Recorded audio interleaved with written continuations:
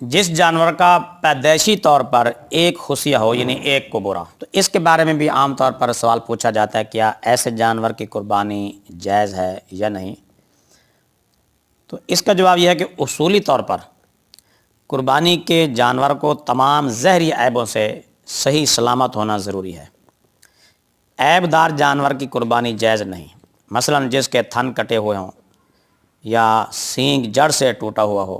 کان تہائی سے زائد کٹا ہوا ہو، یا وہ جانور لنگڑا ہو، کانا ہو،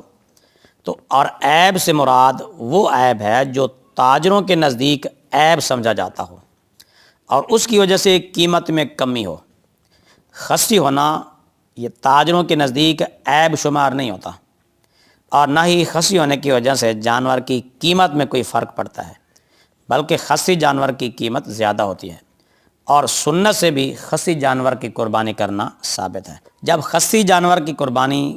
ثابت ہے حدیث سے، سنت سے اور جائز ہے، خصی وہ جانور ہوتا ہے جس کے دونوں کو پورے مل دیے گئے ہوں، ختم کر دیے گئے ہوں یا سرجری کر کے نکال دیے گئے ہوں، تو جس کے دونوں کو پورے نہ ہوں اس کی قربانی بہتر جائز بلکہ سنت سے ثابت ہے، تو جس کا ایک کو پورا نہ ہو اس کی قربانی بھی جائز ہے۔ علامہ نظام الدین رحمۃ اللہ تعالی علیہ فتاوی عالمگیری میں لکھتے ہیں وَيَجُوزُ الْمَجْبُوبُ الْعَاجِزُ عَنِ الْجِمَاعِ، اور مجبوب جانور یعنی جس کے خصیے اور اعلیٰ تناسل کاٹ دیے گئے ہوں اس کی قربانی جائز ہے۔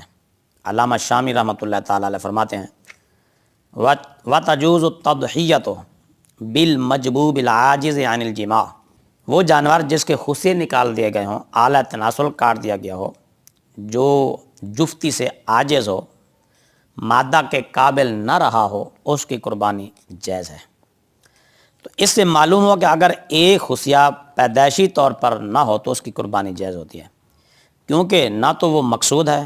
اور نہ ہی اس سے جانور کی منفعت اور نفع ختم ہوتا ہے، اور نہ ہی جانور کے حسن و جمال اور خوبصورتی میں کوئی فرق پڑتا ہے،